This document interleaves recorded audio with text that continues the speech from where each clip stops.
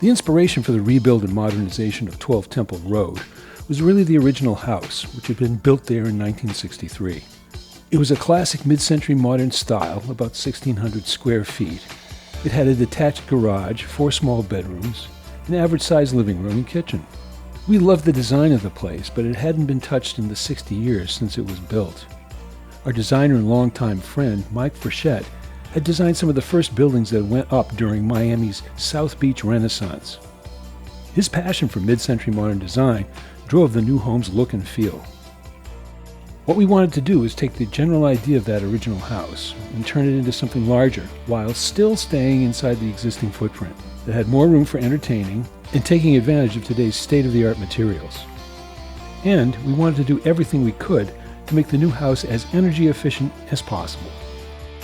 When it was time to build, we headed the project up to Yankee Barn Home in New Hampshire to construct the frame. They have their own lumber mill, so they can make any size and kind of components totally to spec. So they created this really sturdy post and beam kind of structure built in their super sophisticated workshop. And they also supplied the roof and the windows and the doors and the insulation. This meant the house could be erected on site quickly and built with minimal waste. During demolition, we got a real idea of how basic the original building techniques and materials had been. And all it took was one tap on the roof of the garage to send it tumbling down.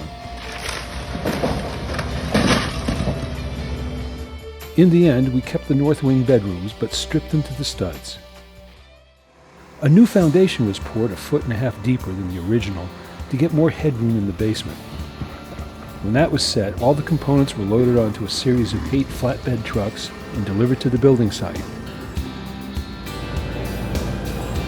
The frame, roof, and outer skin went up in 10 days.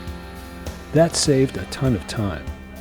Just as well, because the interior structure and finish work took another 1.5 years.